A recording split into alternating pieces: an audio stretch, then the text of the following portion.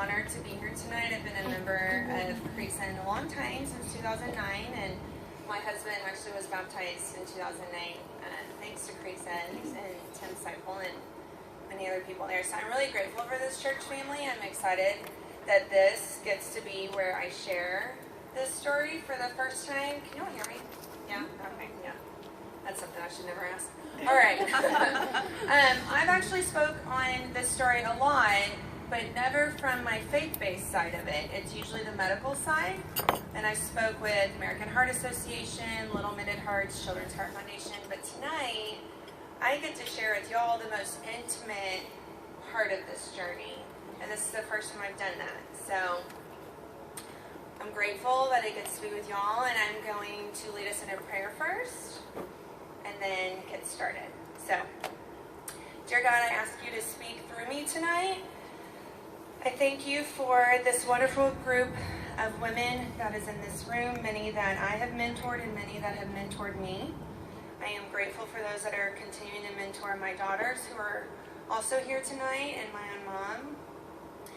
Thank you that I get to be here and share how you have worked with me this last year and changed me. And I just ask that I say everything you need me to say, and I share exactly what you want me to share. Amen. Okay, so before you can fully grasp the magnitude of what our family went through, I need you to understand my personality first. Type A. Any other type A's in here? Anybody like to control the whole space? Okay, so that's me. I'm very controlling. I'm not like boss babe, type A guru, right? That's totally me. I own my own company doing fitness. I absolutely love it. I'm a personal trainer and lifestyle coach. I tell people what to do for a living. It's perfect for me. And I am very grateful God's put that in my life. So it's important you understand that as I kind of share this journey, because I lose control for the first time in my life. And I chose that. So, that's me. Tegan, my rambunctious child right here, was born with a heart murmur. This heart murmur was normal. It's actually on her birth record under, they have all the stats of every part of the body. Heart-murmur-innocent. Nothing to worry about. So we never did. She went to the doctor like all kids do all the time. They always use a stethoscope every time you go. I mean, you could be going for like a hangnail and they're going to check your heart. I get it now, but sometimes I'm like, really? Just look at my toe. Okay, well, always told it was normal by every physician that's ever listened. My child gets an ear infection, like all kids do. For what, like the 30th time? Does anybody else have kids that just always get ear infections? I swear I could have like stock and eardrops. So we go back for, again, same ear infection, not gone away. Her pediatrician was busy, that's fine. Whoever can look in an ear and say it's infected and prescribe meds, that's fine. So we go in, we see the nurse practitioner. She listens to her heart like they always do. And she keeps listening. And she keeps listening, and then she has Tegan turn over, and she's listening on her back. And she said, has anyone told you she has a murmur? I'm like, yeah. No big deal, it's normal. So she pulls up her record, says, well, it does say in here it's an innocent murmur, but personally, I feel like it's not. I feel like maybe you want to get it checked out, but I know I'm not her doctor. You're her mother. I'm leaving this up to you. If you want to come back, let her doctor hear it, and if her doctor thinks it's no big deal, that's between y'all. Personally, as a mom, I would get it checked out. This nurse practitioner's name is Shelly. So, with Shelly's advice, and me being the mom I am, I'm going to get everything checked out. Because my older daughter, Brielle, had her intestines collapse one time when she had strep. And the strep hit it, right? So ever since then, I'm like, oh, we're getting it checked out. So we're getting it checked out. So they call the orders for us to go see cardiology the next Monday. This was on a Thursday. Go on Monday. These are the symptoms they look for. Blue lips, she's never had it. Blue toes, fingers, never had it. Low energy, This kid's in 4 sports. Like, if someone could find a way to lower her energy, that would be great. Okay? She goes to bed after me sometimes. So she was asymptomatic. No symptoms at all. My husband had a big meeting at work that day, so he didn't come. Because she's asymptomatic and Keridon's taking the kids to the doctor again. Okay, but my mom works at Tegan's school. I was already in the Woodlands where the specialist was. Ain't nobody got time to drive to 1960, okay? So she drives Tegan. So that worked out in our favor, and I think was kind of a God thing that my mom would be there with me that day. Because otherwise I would have just picked her up and gone, right? But I was already there. It's kind of funny how God works in your calendar too, okay? And I love my calendar. I would rather lose my wallet than my calendar. Seriously, I'm that controlling of my schedule. Okay, so here's my asymptomatic child who plays 4 sports and is running all over the place. All these other sick kids, doesn't fit in. So we go back. They don't even have to see a cardiologist because it's that not big a deal. We see a cardio nurse practitioner. She reassures us 95% of murmurs are normal. You'll be in and out of here in 10 minutes, no big deal. She listens to her some more. Like, okay, we played this song and dance. What are you listening to? Same thing, gets her turned over, listening on her back, which I now know you can hear murmurs better in certain areas of the heart in the back, like the mitral valve. I'm a heart expert these days. So after a long pause, she said, I'm going to go ahead and call for an ultrasound. I'm like, okay. Said, we just want to be sure. A picture would tell us a little bit better, which I personally think all murmurs should probably have an ultrasound, but it's another argument I'll save for American Heart Association.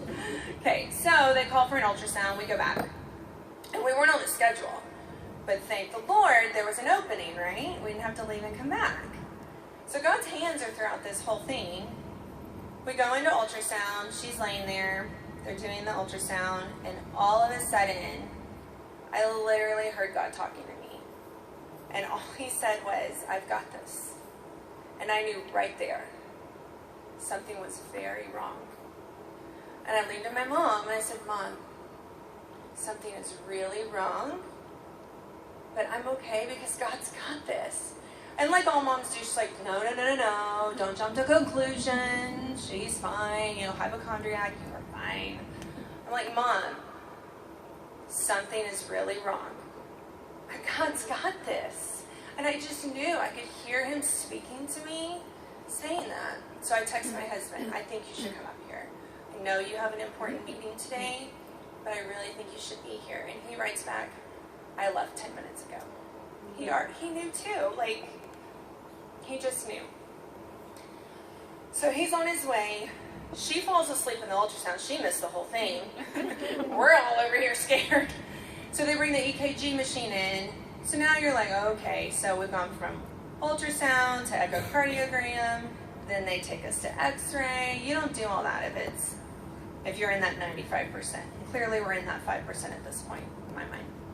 I already knew that God already told me. I didn't need the doctor to tell me, but whatever. Like, old news, God told me 20 minutes ago.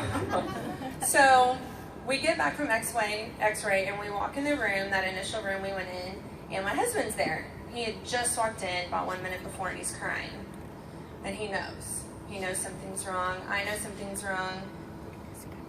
I was a little more at peace with it. I think it's because God had literally spoke to me directly about it. And I do truly think God can do that if you just open your heart and mind to that.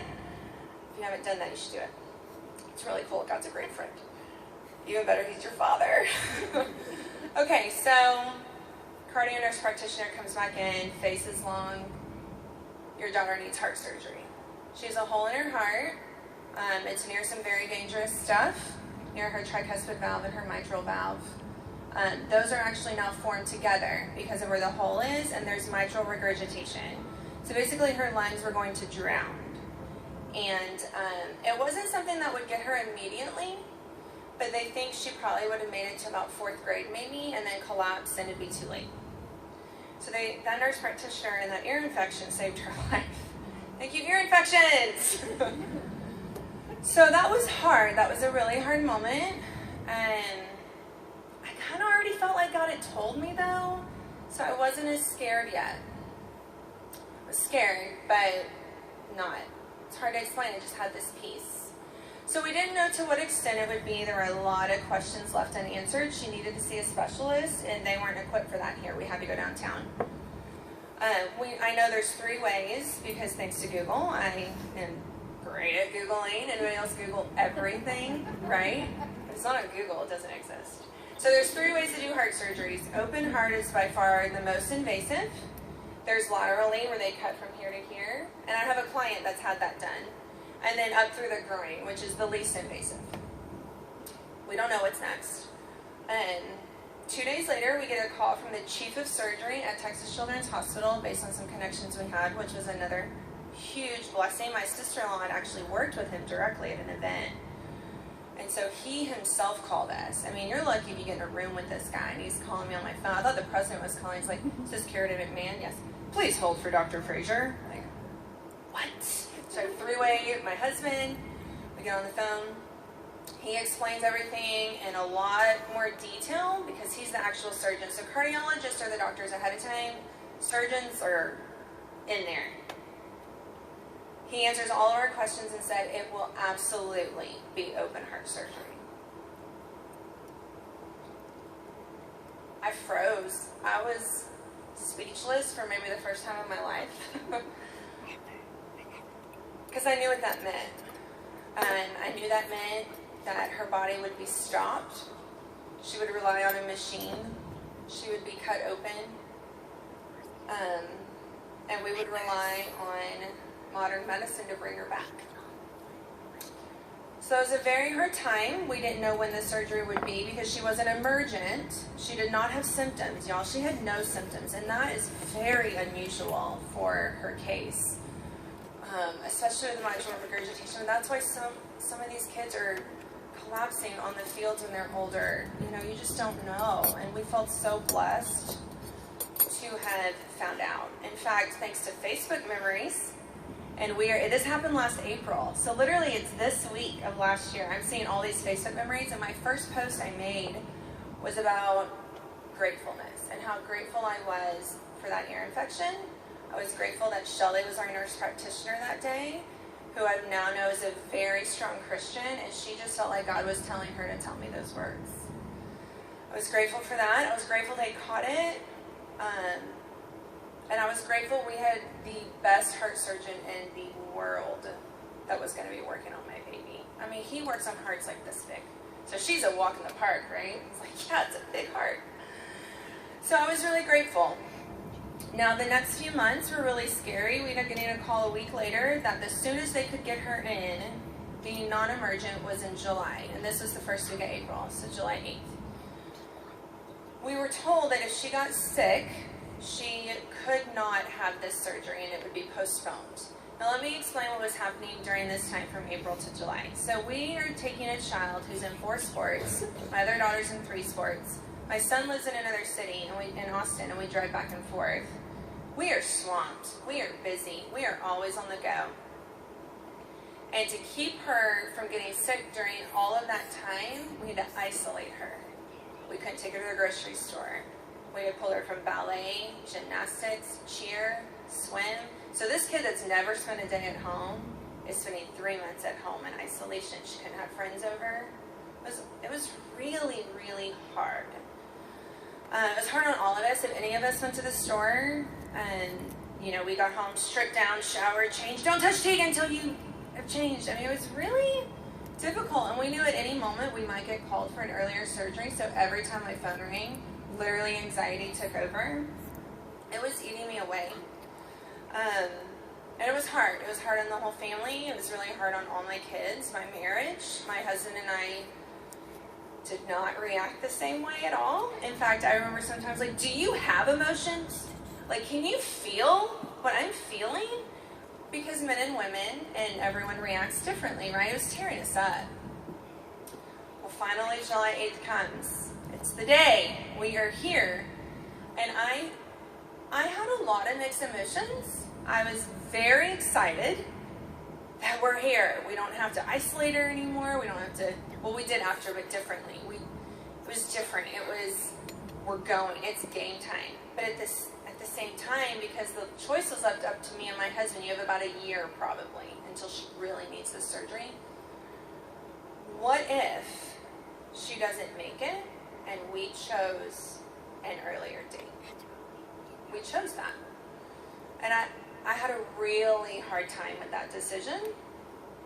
And of course, my husband leaves it up to me mostly. He wants to push it off as long as possible. I want to get it over with.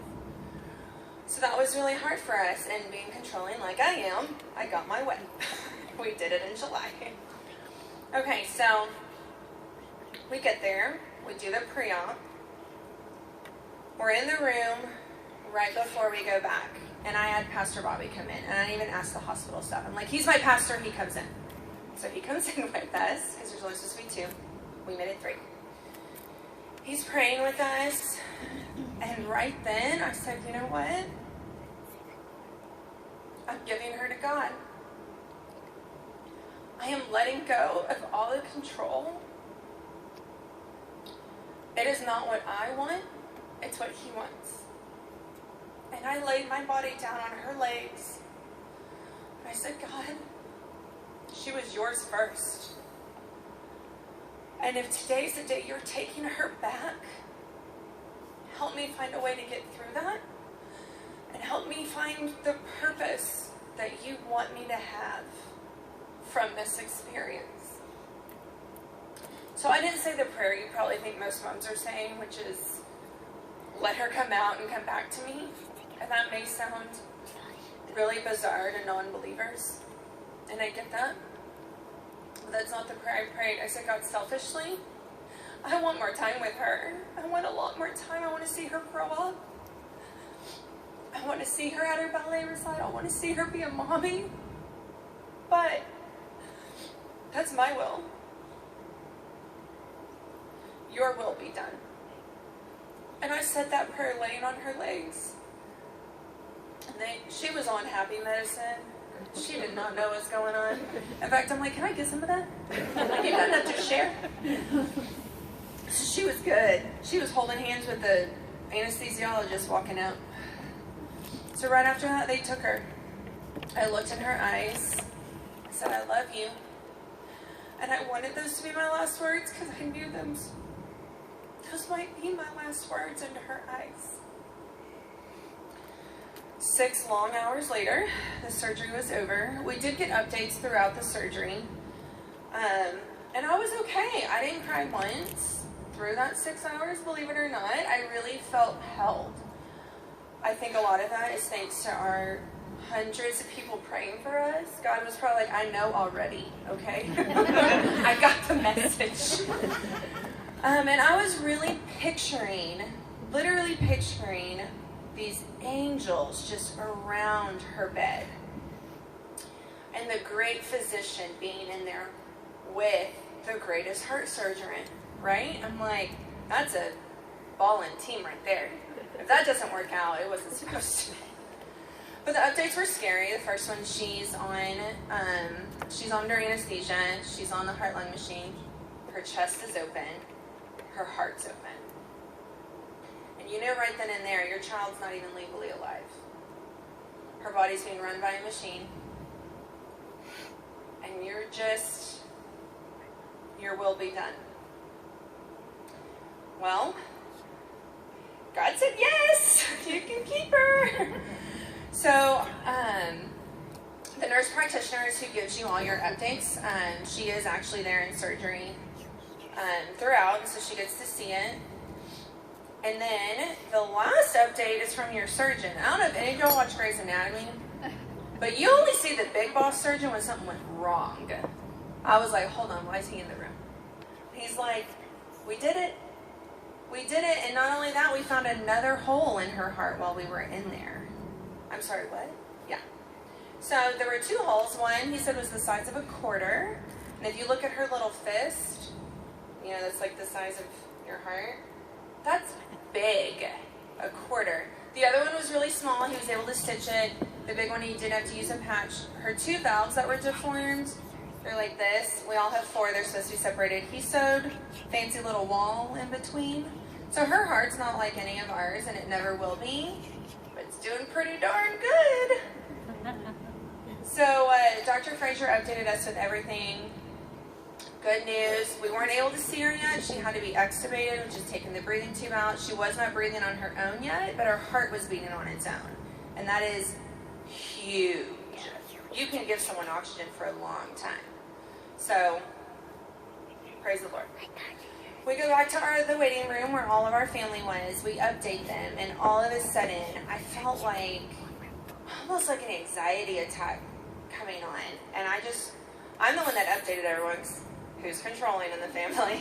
So I do my speech, give everyone the updates, and then I grabbed my husband and I said, come with me. We went to the locker room, and I lost it. I couldn't even stand. I collapsed. I fell against the lockers to the floor, sobbing. And all I could say was, God said yes. God gave her back to us. She is a gift. Today is day 1 of the rest of her life. She did it. God did it. And I was so grateful. My husband fell to the floor with me and helped me, and we just sobbed. Just full of gratitude. And let me tell you, when you fully submit something to God, and He picks your side, it is the biggest amount of gratitude you can imagine. And I don't mean kind of submit. Like, God, this is what I want, but your will be done. Or, this is what I want to happen, but I mean, I guess if you weren't different. No, I mean like fully submit. It is unbelievable, that gratitude you have. So we went up to ICU. She was in CDICU. She was breathing on her own mostly. She had a tube in her nose, not in her throat. And we had a long road ahead of us, y'all. And I could talk about that for a long time. But let me tell you, just every moment after that was a gift. Now, some days she makes it feel less like a gift than others. But I look at her, and I look at all my kids, and really anyone special to me, and I know that today, God chose this day for this person to be here. And I had a very close friend of mine die 3 weeks before Tegan was born. So I had a really hard time with depression when she was born and right after. So it was an extremely difficult situation for me emotionally to go through all this again, to be out of control again.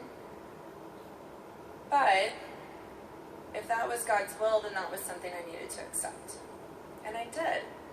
And I will say, since then, my life has changed so much because I know God's got this. And we have been through some tough stuff. I mean, family stuff. My brother was in a car accident just in January where he wasn't supposed to make it from brain trauma and lose vision. He's fine. But as I'm laying there in his hospital bed, same thing, like, God, it's your will. Husband may lose his job. It's God's will, you know, it is. And I want y'all to understand my personality, and the reason I really emphasize that is because if I can give up control, anybody can. And if you can hand that, willingly submit your will to Him and accept whatever He has planned for you, it is incredibly freeing, and you will be immensely blessed for that. So thank y'all for letting me share that with everybody. I appreciate it. And I hope you'll keep praying for the heart community, because we're the lucky ones. We are. So I hope you'll keep praying for the heart community and all those involved. So thank y'all for having me.